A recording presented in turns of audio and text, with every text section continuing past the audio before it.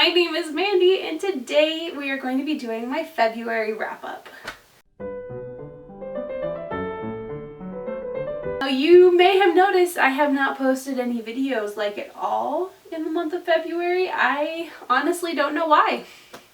I filmed videos, I had all kinds of plans for videos, I just never edited them. I filmed a mid-month wrap-up and I never did anything with it. So in the interest of saving some time, I am just going to splice these two videos together. In total, I read 13 books this month. You will see the first 8 books in a different ensemble than I am wearing right now. So I read 6 physical books, 3 audiobooks, and 4 mixed formats. And despite the fact that I was absent on BookTube this month, I had a really great reading month.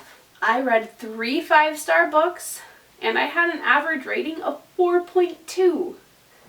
Like, does that happen ever? I don't know. The first book that I read this month was Edenbrook by Julianne Donaldson. This is a Regency romance, a clean romance, about a girl who receives an invitation from her sister to come to her friend's house. This is a friend that the main girl doesn't know, and she hasn't seen her sister in over a year, and she is really excited to see her sister again and to meet this new friend. So she starts the journey along the way, and on the way their coach is held up by sketchy people who have guns. She finds her way to an inn and meets a guy at the inn. He seems to be a proper gentleman. They kind of hit it off, but he's gone in the morning and she's like, what? And when she gets on her way the next morning, she finally makes it to Edenbrook, this estate that she's been invited to, only to find out that the guy she ran into was the son of the estate. She starts to have feelings for him, but is unaware that her sister is also hoping to make a match with this guy. And that is all I'll say. This one was really cute. I enjoyed it a lot. I gave it 4 stars. After that, I read The Cruel Prince by Holly Black. This book is all about fairies. You have a girl whose sister is half fae. Her mother ran away from fairy when she was pregnant, and they did not know that they were a fairy. And when our main girl is 8, the biological father of her sister shows up, kills everybody, and takes them all back to fairy. So she grows up in this cruel place, and her mortal enemy is Prince Carden. He is not a nice guy. He is a cruel prince. All she wants is to fit in fairy. And this book and this series is about what she is willing to do to fit in. I really enjoyed this book, and actually I'll just give you a spoiler alert for book number 3 that I read was The Wicked King in this same series. I thought that I would wait a couple of weeks between reading the first one and the second one, but with the ending of the first one, I just had to jump in right away and read this. So I gave The Cruel Prince 4.5 stars, and I gave The Wicked King 4 stars. After that, we diverged from fantasy and went over to adult, and I read The Perfect Couple by Ellen Hilderbrand. On the morning of a very high-profile wedding in Nantucket, which is an island off the coast of Massachusetts, a body washes up. It's not clear if this person was murdered, if there was foul play, or if it was an accident, and it turns out that the person is the maid of honor in the wedding. So this book flashes back and forth between the present and the investigation on the day that this wedding was supposed to happen and events leading up to the wedding. We never get the point of view of the girl who was murdered, but we get the point of view of everybody around her. We get the in-laws, we get the parents of each groom and the bride, we get the groom, we get the bride, we get everyone's point of view leading up to this event, and it was really well told. I enjoyed this a lot. This was my first Ellen Hilderbrand book, and I enjoyed it a lot. I am definitely excited to see what her other books are like. I know that not all of them have this mystery element, and so yeah. I enjoyed it. I gave it 4.5 stars. I've had a really good reading month so far because I have not rated anything lower than 4 stars. It's great. After that, apparently I was in a little bit of a murder mystery mood. After that, I read Two Can Keep a Secret by Karen M. McManus. This is about a girl who is sent to her mother's hometown after her mom is in court-ordered rehab. She's never visited this hometown because her mother's twin sister disappeared when they were teenagers and she left. And 5 years before the start of this book, there was another teenager who disappeared. Neither of these disappearances were ever solved. And as she arrives here in this town, weird stuff starts happening again. Weird stuff that links back potentially to the previous 2 disappearances. Now, I actually really enjoyed this book. I gave it 4.5 stars. I thought it was really engaging and I enjoyed the plot twist at the end. I mean, there's always a plot twist in these, so I don't think that's spoiling anything. I enjoyed the storytelling and the characters. Overall, a really good book. Okay, after this, I read what is my favorite book so far of the year. And the biggest surprise about this one being my favorite book of the year is that this is a nonfiction book. I have never given a nonfiction book 5 stars, and I absolutely loved it. The book I'm talking about is The Radium Girls by Kate Moore. This is about a group of women who worked in dial painting factories in the 1920s. The big thing was using radium paint to make these dial faces glow. It was really popular, and with the outbreak of World War I, they had a lot of work going on. Now, to paint these dial faces, they needed a really fine line, and the easiest way to get this fine line was to put the paintbrush in their mouth and get that fine tip.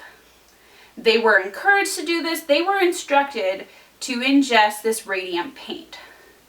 Well, as you can imagine, ingesting radium on a daily basis, even in small amounts, is not good. So some of these women started to get sick, and the company denied any liability. And the book is all about this journey of trying to prove that radium is dangerous and trying to get better workplace environments for these girls. This book, not a lot of people know about this happening. I learned about it because I watched an episode on Stuff You Missed in History class. This is a huge thing. All of these women ended up with radium poisoning, and it actually was the catalyst for a lot of our workman comp laws in the books today. The workman comp things, and also studying these women is where we got most of our knowledge on how radioactive substances react with the human body. I could rave about this book for days. It was so well told. Kate Moore did an amazing job making this story feel like a story and also real, because it is nonfiction. She got me really emotional. I was crying at the end. It was so good. 5 stars. I would give it more if I could on Goodreads. I can't say enough good things about this book. It was so amazing. It really moved me, it touched me, and I hope that you will check it out too. Now down to a little bit of a lesser note, not all books can be as amazing, and I read Emmy and Oliver by Robin Benway. I think I'd heard some mediocre things about this book, so I did not have very high hopes for it. It's about two best friends who are separated when they're 7 when the boy's father actually kidnaps him. They don't know where he is, but then 10 years later, when they're both 17, he is found and returned back home to his mom. This is kind of them coming together and trying to figure out where they fit together after this 10-year gap. Now, because I had heard mediocre things about this, I wasn't expecting much, and I enjoyed it. I gave it 4 stars. I mean, it wasn't the most amazing book I've ever read, but I liked it. And I think because my expectations were low, that's why I liked it so much. Maybe if I was expecting more from the book, I would not have enjoyed it as much, but it was good. 4 stars, not bad. And the last book that I read this month, I just could not stay away, and that is The Queen of Nothing by Holly Black. This is the 3rd book in the Cruel Prince trilogy, and this one I also did not have very high hopes going into. From what I had heard from people, they felt like it wasn't the ending that the series deserved, and so I had low expectations going in, and I was pleasantly surprised. I enjoyed it. I mean, I can see where other people are coming from, but because my expectations were so low, I gave it 4 stars. I enjoyed it. Hello! We are back for the second half of the month. The first book I read in the second half of the month was Wait for Me by Samantha Chase. And I think I've mentioned in maybe last month that I've been kind of experimenting with adult romance, and I kind of will go until, I mean, you can tell pretty early on when it is going to be a graphic adult romance. And this one was not. It was very similar to The Unhoneymooners, where you get the moment leading up to it and then it just skips over to the after scene, which is what I would prefer in my romance books. This book is about a girl who works for a company, and her boss sends her, she's supposed to meet him to drop off some paperwork, only he sends her to his son's house and tries to play matchmaker. There's a big snowstorm, so she's stuck there and they bond. I gave this one a 3-star rating. It was just okay. I mean, I appreciated the fact that there were no graphic sex scenes, but overall it was, the language, the way they talked to each other was really ridiculous and over the top. And I mean, I enjoy ridiculous and over the top in my books, so when I say that something is a little bit over the top, I think it means it's really over the top. But it was okay. 3 stars. There wasn't anything I particularly loved about it, and there wasn't anything that I particularly hated about it. I might check out some of her other books just because I did appreciate the lack of sex scenes. The next book that I read was Scythe by Neil Shusterman. I did this as a buddy read with Tara over at Buzzword Books. This book is about a dystopian society. It's futuristic. Humanity has progressed to the point where they have solved death. There is no more natural death. They are ruled by the Thunderhead, which basically is an artificial intelligence that evolved from the cloud. So everyone is under the jurisdiction of the Thunderhead. The Thunderhead sees all. There is not a lot of crime because the Thunderhead can stop it. The only thing that is not under the jurisdiction of the Thunderhead are the Scythes. And these Scythes were humanity's response to no more death. I mean, overpopulation would definitely be a big thing if no one ever dies. So the Scythes go out and kill people. The main story is about Citra and Rowan, who are chosen to be Scythe's apprentices. And it's all about the corruption that exists inside this. One thing that surprised me about this book is I guess in my head, they were just killing the old people who got too old. But it essentially is supposed to be all random. It's supposed to mimic how death did work, back during what they call the Age of Mortality. So the size, each one has their own, I guess, MO. That's probably not the right word here. They go out and they are reprimanded if they choose victims, too many victims that are a certain race or a certain stereotype or anything like that. So that's one thing that I didn't realize going into this book. And I enjoyed this book a lot. This book was fantastic. I did not think I was going to like it as much as I did. I gave it 5 stars. So Tara and I were reading 5 chapters a day. And I kid you not, each 5-chapter chunk had a different twist. Like in a good way, not in a what's going on kind of way. So this story kept me on my toes. And it was fantastic. 5 stars. I highly recommend this series. I already bought the next 2 books and I'm planning on reading them this next month. The next book that I read was actually a novella. It is called The Lost Sister by Holly Black. It is a novella companion novel to the Cruel Prince series. Essentially, it is about the twin sister of the main character in The Cruel Prince. And basically just kind of tells her story because she made some choices in there that the main character was not happy with. I just thought this story was okay. I mean, I honestly did not fully care enough about learning the twins' story.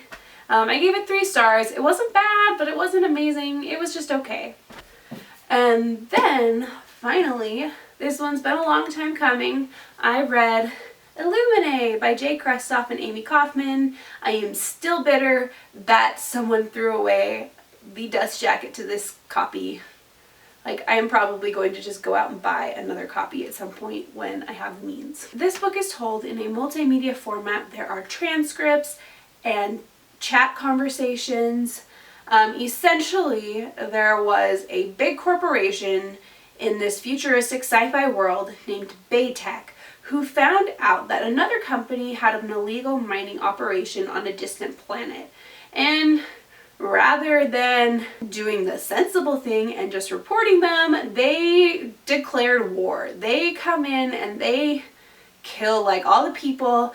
A group of survivors split between 3 different ships are on the run after this invasion.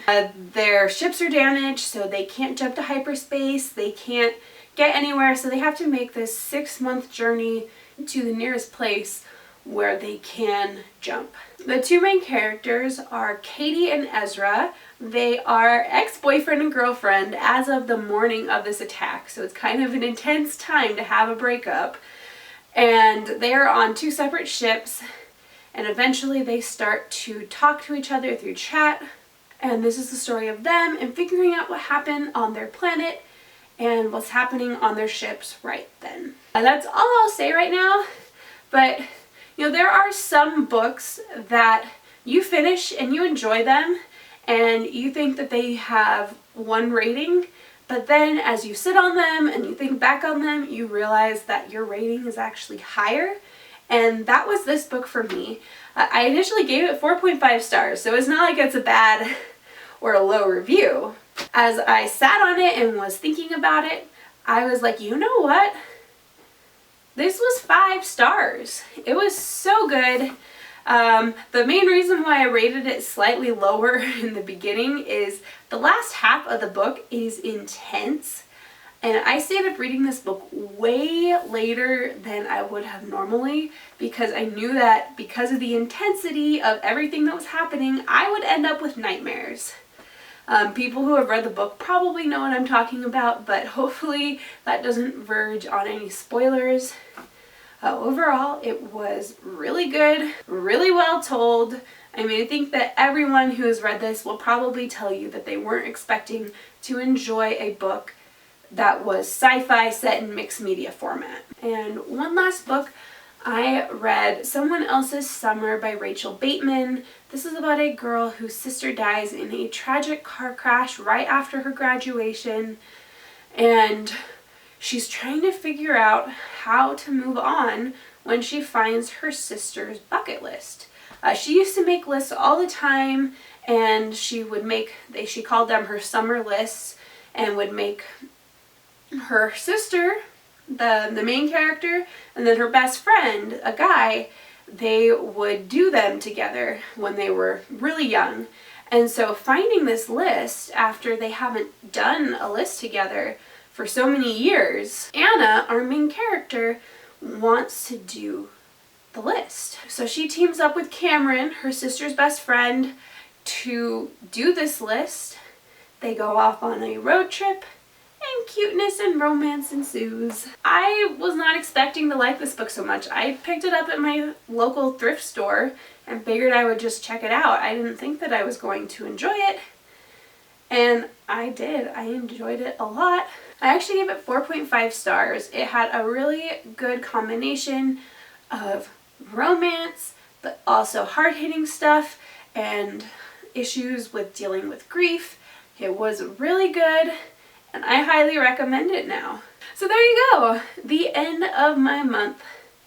Thanks for sticking around this long. I have no idea how long this video is going to be because I'm combining 2 videos, but I can't imagine that it is not going to be short.